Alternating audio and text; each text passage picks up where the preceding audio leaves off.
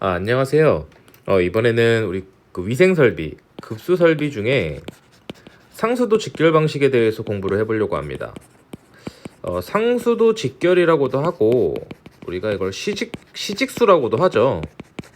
어, 이게 점점 약간 말이 변질된다고 하긴 그렇고 이 세부 사항이 발생을 하고 있는데 간단하게 한번 봐보겠습니다. 상수도 직결이라고 하는 건 제일 기본적으로는 우리가 시상수도 배관이라고 부르는 이 명칭도 사실 뭐 배수지냐 어떤 용어가 기억이 안 나네요. 뭐 상수를 직접 뭐 공급하는 데냐 이런 거에 따라 좀 차이가 있는데 우리가 시에서 운영하는 수도 배관을 그냥 시상수도 배관이라고 부르고 있습니다. 일반적으로는 그렇게 부른다는 거죠. 우리가 뭐 CW라 쓰고 뭐 시티 워터라고도 부르죠. 우리가 일반적인 경우에서는 뭐 다 지역마다 다르고 차이가 있겠지만 우리가 도로가 있으면 건물이 이제 주변에 이렇게 서 있죠. 좀 이렇게 잘 그려볼 거 그랬네요. 뭐 대충 건물이 서 있는데 우리가 보편적으로는 이 도로 하부에 우리가 이렇게 상수도 배관이 지나가고 있습니다. 뭐 상수도 배관뿐만 아니라 뭐 전기도 지나가고 가스도 지나가고 통신도 지나가고 다 지나가고 있죠. 배수관부터 우수관까지. 자, 그러면 우리가 결국 이 상수도 서울을 기준으로 보면 우리가 얘를 아리수라고 부르죠.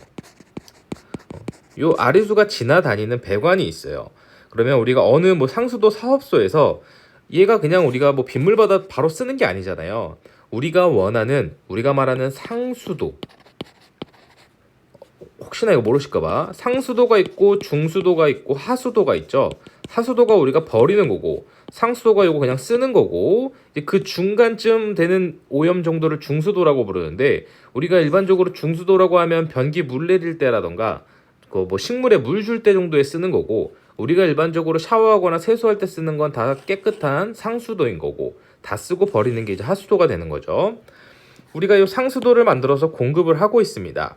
그러면 이 우리가 요 배관에서 이 메인관을 우리가 이제 시상수도라고 하는 건데 여기서 이렇게 뽕 따가지고 쉽게 말하면 이 건물들에 이렇게 공급을 하는 거예요.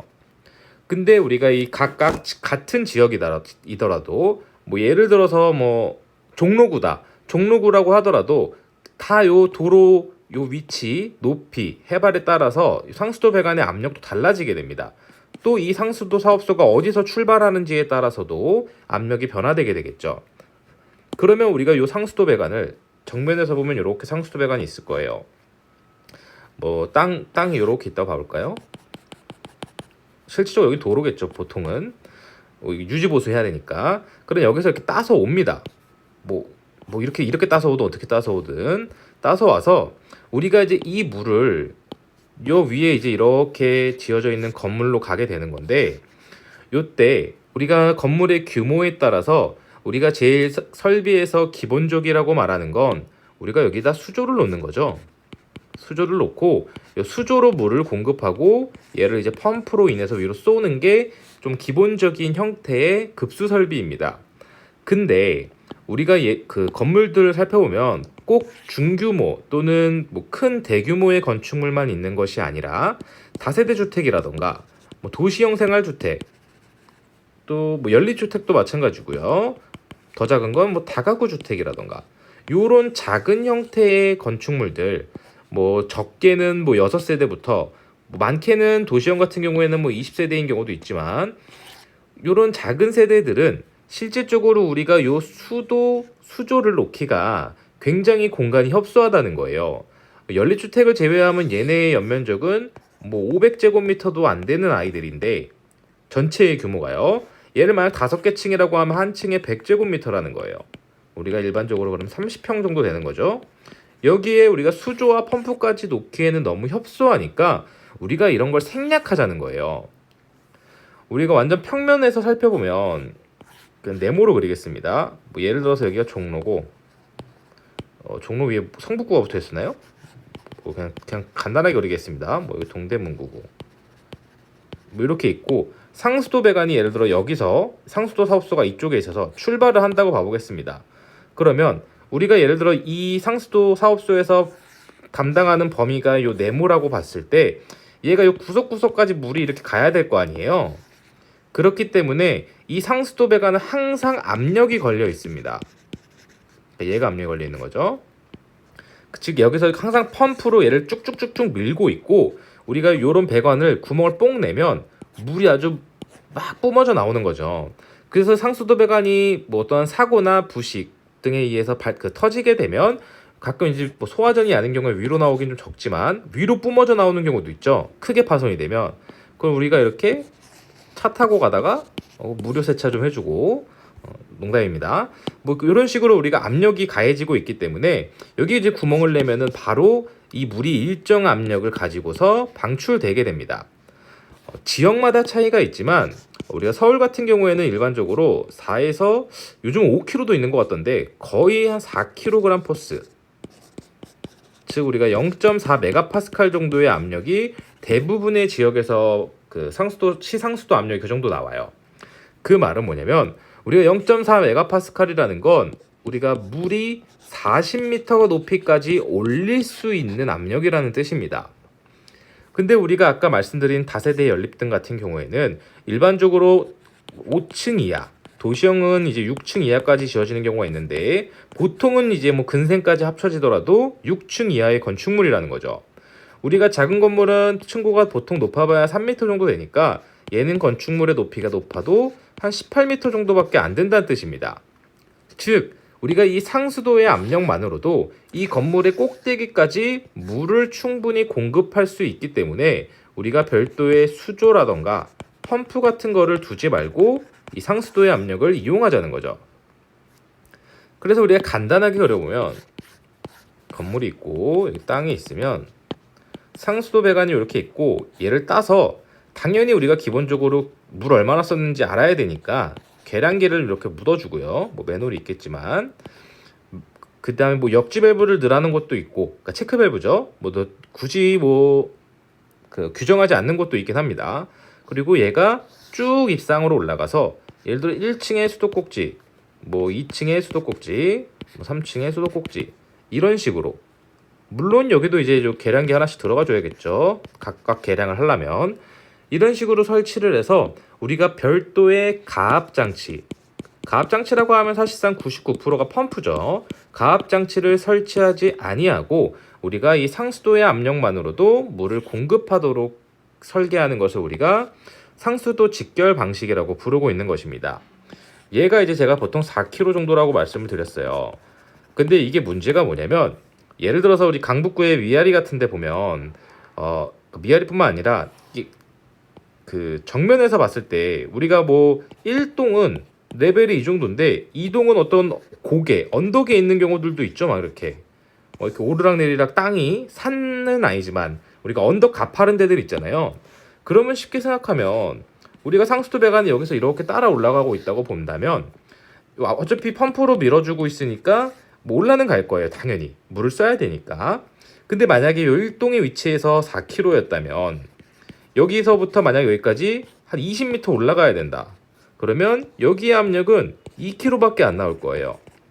그래서 우리가 같은 동네, 같은 지역이라 하더라도 이 상수도 압력은 다 차이가 많이 나기 때문에 실질적으로 우리가 이 상수도 압력을 알아야 이 상수도 직결 방식을 적용할 수 있는지에 대해서 검토를 할 수 있게 되는 것입니다. 그럼 어떻게 검토하냐? 원칙은요. 예를 들어 여기가 제가 아까 미아동이라 그랬으니까 뭐 미아동 뭐 472다. 뭐 어딘지 모릅니다. 있는 지번인지. 472인데 여기를 내가 설계를 하려고 이제 마음을 먹었으면 원칙은 우리가 요 담당 그 미아동이면 강북 상수도 사업소가 있었나요? 그 치면 나오거든요. 인터넷에. 요 관할 상수도 사업소를 연락을 해서 내가 요 미아동 472에다가 그 건물을 지으려고 하는데 뭐 규모는 400제곱미터고 뭐 어느 정도입니다. 여기 상수도 압력이 얼마나 나옵니까? 사실 요 면적을 주는 이유는 우리가 인입 광경을 얻기 위한 건데 뭐 이걸 일단 무시하고 요 지역의 상수도 압력 얼마나 나와요? 라고 물어보면 친절하게 알려주십니다. 거기 뭐 2.4kg 나옵니다. 이런 식으로 알려주시기 때문에 우리가 이 압력이 100% 정확한 건 아니지만 거의 정확하기 때문에 이 압력을 이용해서 우리가 상수도 직결 설계를 할 수 있는 거죠. 근데 사실 이거는 이론적인 거고 우리가 설계를 많이 하게 되면 어떻게 되면 이 옆에 건물도 내가 설계 다 했거든요. 그럼 여기 문제 있는지 없는지 이미 알고 있기 때문에 야 여기 5층까지 아무 문제 없어. 야, 6층은 압력 좀 안 나온다고 뭐라 하더라. 뭐 이런 식으로 우리가 다 알고 있기 때문에 실질적으로는 뭐 설계를 많이 하는 곳에서는 뭐 이런 거 굳이 뭐 물어보지 않는 거죠. 뭐 이런 경우도 있고 물론 타 지역에 하게 되면 물어봐야겠죠. 그리고 요즘에 요즘은 아니죠. 벌써 10년 다 됐네요. 2015년에 그 서울에서는 상수도 직결 방식에 대해서 가이드라인 같은 걸 제시를 해줬어요. 뭐 정확히 말하면 원래는 우리가 펌프를 그 지역마다 다르지만 뭐 예를 들어 7층 이상인 건물이라고 하면 수조랑 펌프를 놓지 않으면 옛날에 허가를 안 내주는 지역들이 많이 있었습니다. 지금도 7층이 아니고 각각의 지자체마다 층수의 차이는 있을 수도 있어요. 왜냐면 우리가 상수도 직결로 7층 이상일 경우에 물이 잘 안 나오는 경우가 많다는 거죠. 근데 요즘 서울에서 얘를 오히려 이제 시직수를 쓰라고 많이 2015년에 그 가이드라인처럼 제시된 자료가 있습니다. 그래서 이 시직수도 좀 분류를 했어요. 시직수, 그러니까 상수도 직결 방식도 물론 좀 정리가 안 되는데 상수도 직결도 한 세 가지로 분류를 했는데 지금 제가 말씀드린 거를 얘 명칭이 있었는데 잠시만요. 순직결급수라 그러고 근데 사실 이 용어는 제가 실무를 할 때는 써본 적은 없습니다. 얘는 가압직결급수 그리고 또 하나가 겸용직결급수였습니다. 직결급수 자 어떤 차이냐면 순직결급수는 방금 위에 말씀드린 상수도 압력을 그대로 쓴 거였어요. 근데 가압직결급수는 뭐냐면 예를 들어서 건물이 15층이라고 봤을 때 우리가 이제 건물의 높이가 높아지다 보니까 수조를 놓고 원래 펌프를 놓고 물을 쐈었는데요. 우리가 메인 상수도관에서 수조로도 연결을 하지만 이 펌프로도 직접 연결을 해서 펌프에 흡입치게요. 평상시에는 수조로에서는 물을 쓰지 않도록 잠궈놓고 여기도 있겠죠. 잠궈놓고 그냥 바로 상수도 압력으로 이 물로 펌프를 통해서 밀어 올린다는 게 이 상수도 직결급수의 가압 직결급수에 대한 시스템의 이해입니다. 즉 평상시에 수조 별로 뭐 쓰지 않아도 된다는 거죠. 몇 가지 생각해 볼 필요가 있는데 실제로 펌프가 양정이 100m라고 하면 그리고 상수도 압력이 4kg라 그러면 40m잖아요. 실제로 이 펌프는 원래 100m를 밀어줘야 되는 펌프였지만 흡입치기 40m의 압력이 걸리면 얘는 60m만 올려주면 되기 때문에 에너지를 절약할 수 있는 장점이 있습니다. 이게 어차피 펌프가 100m짜리인데 140으로 밀게 되는 거 아닌가요? 라고 생각할 수도 있지만 어차피 다 인버터 제어로 지금은 사용을 하고 있기 때문에 알아서 압력 다 맞춰서 세팅되기 때문에 뭐 그런 거는 크게 문제가 되지 않습니다. 그리고 겸용 같은 거에는 어떤 거냐면 우리가 건물이 높아지면 고층부는 펌프로 해서 위에 쏴주고 상수도 배관에서 펌프로 흡입 연결해주고 저층부는 직접 상수도 배관에서 물을 쏴준다는 거죠. 뭐 자세히 그리면 여기 뭐 당연히 바이패스 달아놓겠죠. 이런 식으로 우리가 겸용을 했냐, 가압 직결을 했냐, 순 직결을 했냐에 따라서 이제 구분을 짓고 있는데 실제로 우리가 상수도 직결을 할 때는 몇 가지 조건들이 있습니다. 자꾸 지자체에 따라 다르다고 해서 죄송한데 실제로 다르기 때문에 어쩔 수가 없습니다. 우리가 실제로 이 분기되는 배관경은 여기 일반적으로도 여기 요 메인 상수도 배관보다 2단계보다 작아야만 분기를 해줍니다. 무슨 말이냐면 여기 시상수도 배관이 200mm라고 하면은 내가 실제로 여기서 계산을 했더니 뭐 예를 들어서 필요한 배관경이 125mm더라. 그럼 여기 125mm로 따고 싶습니다 하면은 안 따줘요. 물론 125면은 2단계 아니냐라고 하실 수 있는데 제 기억에 얘네가 125를 한 단계로 안 쳐줬던 걸로 기억을 하거든요. 잠시만요. 한번 제가 확인해 보겠습니다. 네, 약간씩 차이가 있습니다. 125면은 얘네가 못 준다 그래요. 그럼 어떻게 하냐? 뭐 더 작은 거 여기 100mm까지 줄 수 있다 그러면 실제로 우리가 설계에서 필요한 양이 125mm의 배관으로 물이 공급돼야 되는데 100mm밖에 들어오지 못한다고 한다면 어쩔 수 없이 수조를 놓고 이 수조로 물을 계속 받고 그 물을 사용해야겠죠. 우리가 이 상수도 직결 방식의 최고의 장점은 청소 할애가 없다는 겁니다. 물론 이 배관이나 이런 거 플러싱 할 수 있지만 우리가 제일 일반적으로 수질에 영향을 많이 받는 건 저수조를 청소하는 게 가장 큰 일거리죠. 근데 이 수조를 이용하지 않는다면 상수도 배관은 계속 깨끗한 물이 흐르기 때문에 이 물을 가지고 쓰면은 별도의 청소가 필요가 없기 때문에 가장 최고의 장점이 됩니다. 근데 단점은 뭐냐면 우리가 일반적인 건물의 용도에 따라 차이가 나지만 예를 들어서 집이라고 봐볼게요. 우리가 일반적으로 아침에 물을 많이 쓰고 출근 시간에요. 저녁 밥 먹을 때 저녁에 씻으면서 많이 쓸 겁니다. 즉 무슨 말이냐면 이 건물에 물을 많이 쓰는 시간은 뭐 정해져 있다는 거예요. 실제로 예를 들면 다 더 간단하게 우리가 하루에 8시간 못 자죠. 슬프겠지만 8시간은 일반적으로 주택에서 물을 안 쓴다는 거예요. 그 말은 실제로는 우리가 이 건물의 물의 사용량이 계산하기 쉽게 160톤이라고 가보겠습니다. 하루에. 그러면 실제 물을 쓰는 시간은 16시간이니까 1시간에 우리가 10톤 정도의 물을 쓴다는 거죠.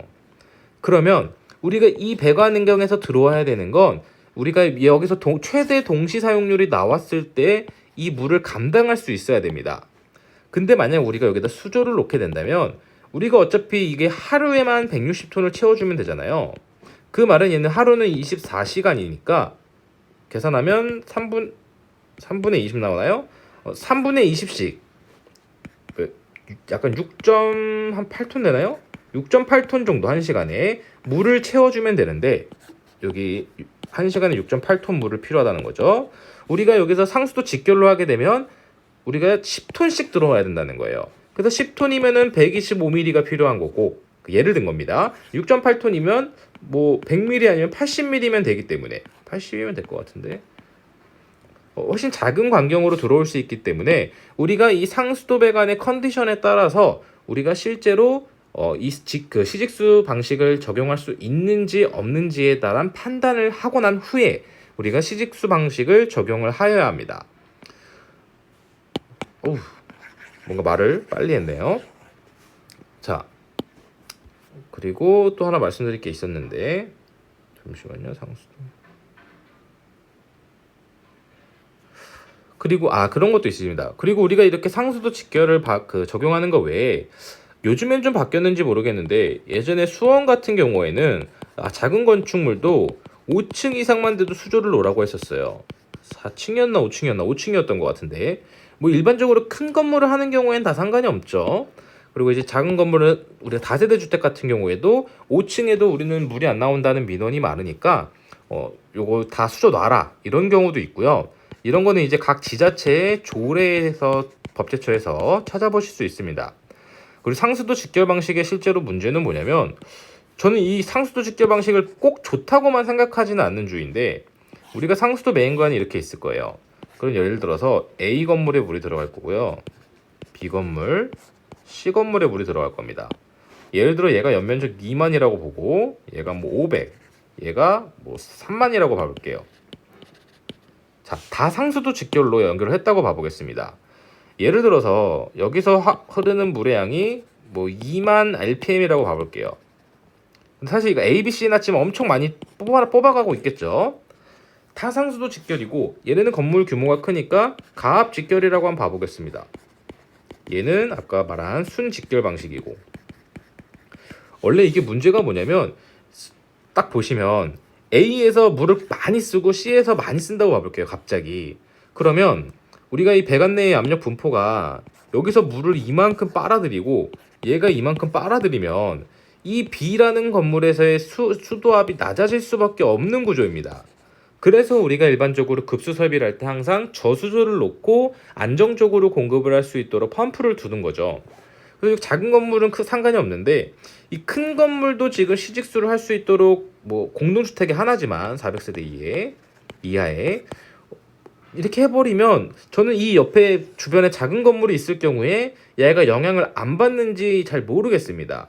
이거는 뭐 상수도 사업소에서 자체적으로 계산하고 판단해서 한 건지 아니면 해봐도 별 문제 없을 것 같은데 하면서 했는지까지는 제가 잘 모르겠습니다.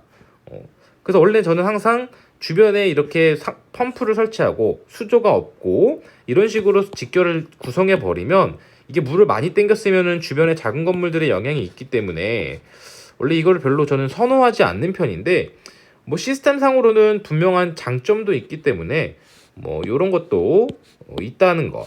그리고 작은 건물 우리가 일반적으로 허가방이라고 말하죠. 허가방 설계하시는 분들 알겠지만 이런 거 정말 많이 짓고 있고 상수도 직결 방식도 정말 많이 적용하고 있기 때문에 이런 거 참조하시면 좋을 것 같습니다. 오늘도 감사합니다.